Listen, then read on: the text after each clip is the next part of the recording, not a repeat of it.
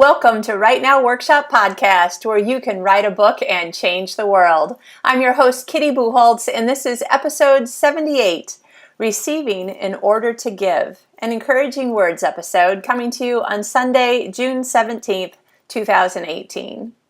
Now, this last Tuesday in episode 76 on burnout, I not only was trying to be transparent and honest and completely open, which is what I tried to do in all of my episodes.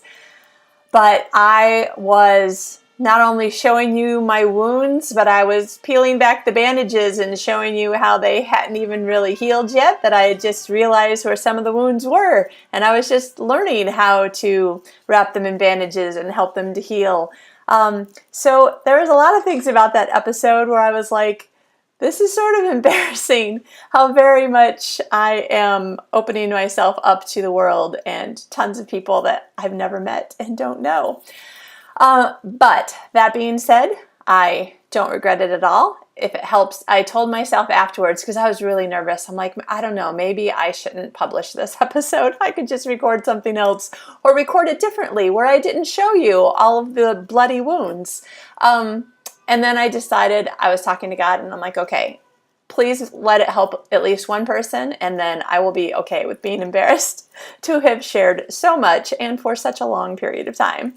But again, there's no point in showing you my bloody wounds if I don't show you where I found bandages and where I found medicine and where I found out how to take care of wounds so that wounds heal. So it was long because I wanted it to be genuinely helpful, not just, a rubbernecking sort of thing on a highway.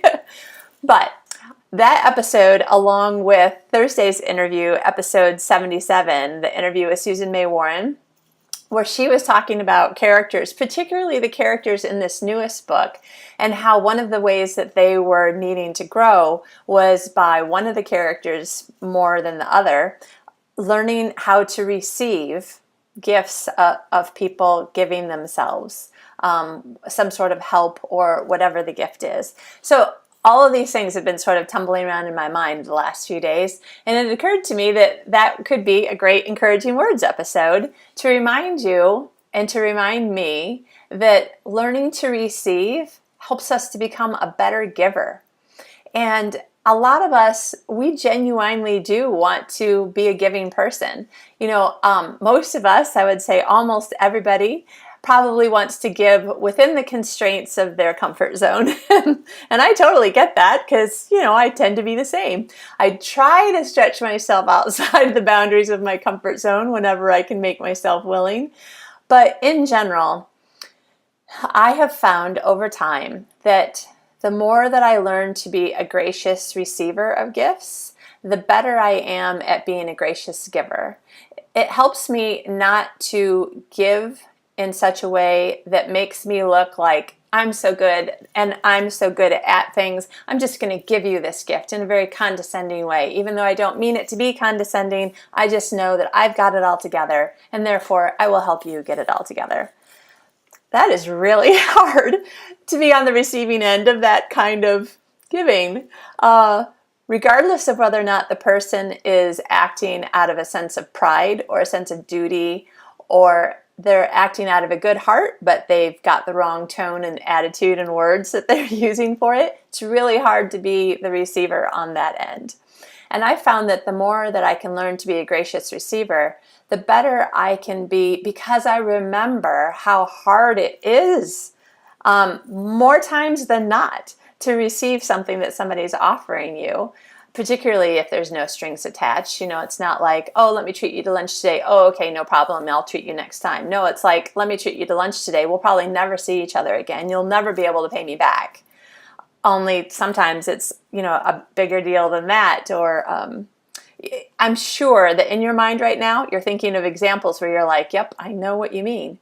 So it makes it easier to keep in mind how difficult it can feel to be on the receiving end, And then when you're wanting to give a gift to somebody, maybe it's time, maybe it's money, maybe it's a non-loan kind of gift of money for somebody who needs something, or, you're giving them something that you own that they need, and you're like, that's okay, I can give this to you because you need it more than I do. Whatever it is, when you are thinking about how it feels to be on the receiving end, it's easier to know what sort of attitude, tone, words to use, and really helping your heart to be open to the other person so that they know it really is coming from your heart and that you just want to do a nice thing for them because you want to, and maybe because you love them, or in a kind of global universal sense, you do love them.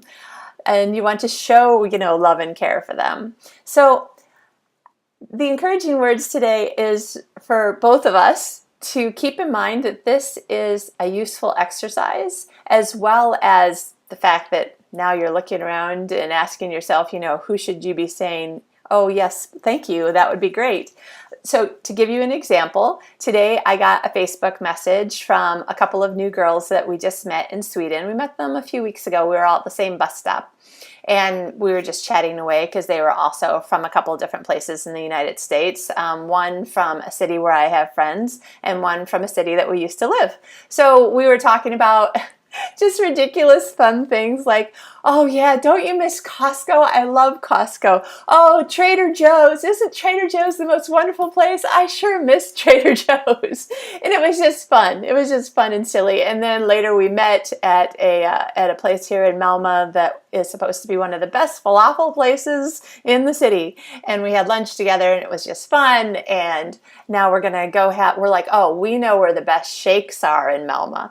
So we are going to meet you there next week, and we'll like have a salad for lunch before we meet, because this shake is so big it will be your entire lunch.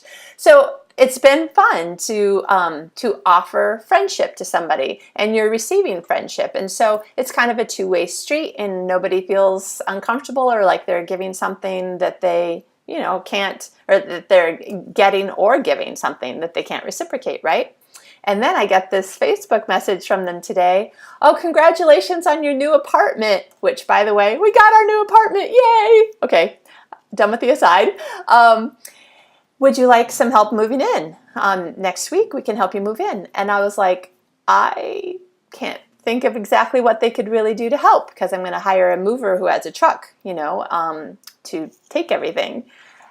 And then I was like, well, I'll just tell them, thank you so much for the kind offer, but really I can't think of anything that you could do to help. And then I was thinking, well, somebody is like putting themselves out there to offer to do something nice for me. So I'm going to try to think of some way that I can accept it, even though like they're all moved into where they're going to live for the rest of the time that they live here. So I'm never going to be able to reciprocate and help them move or anything. So I'm in this position, and I'm thinking, okay, you know what? The better you are at receiving, the better you'll be at giving, and giving in a gracious and kind way that works for the other person's personality. So I'm going to reply back to this lovely message and say, thank you so much. We're actually hiring a mover, but, and then I had been thinking, what can I say that is a way of saying yes, even though the specific question she asked, the answer is no, I'm going to hire a mover. And so I'm just going to say, would you girls like to go shopping at IKEA instead of helping me move? Because I had been thinking for the last week or so, oh, if only I had one of my girlfriends, with me who could just like go through all of IKEA, looking at every single thing and sitting on all the beds and sitting on all the couches and making a list of what I want to get and that sort of thing. And I'm like, well, these girls would probably think that's really fun. So I have found a way to say yes to their very kind offer, even though it's not exactly what they offered. And probably we'll all be blessed in the giving and the receiving, and be better givers and receivers in the future. So that is my encouraging words to you. I hope that you look and find something this week where you're either offering to give something or saying yes, thank you to receiving something. And if you're the one who has something to give and you're trying to, maybe having to convince the other person a little bit, just tell them, listen, I'm trying to get better at giving and receiving, and this is why. And give them your version of how you feel about it and what you're thinking about it. Not my version. My version is just to make you think so that you know what your version is. And then who knows, you might be helping somebody else to learn to be a better giver because they've become a better receiver. So I hope it works for you. I hope you have a fantastic week, and we will talk to you more soon. See ya.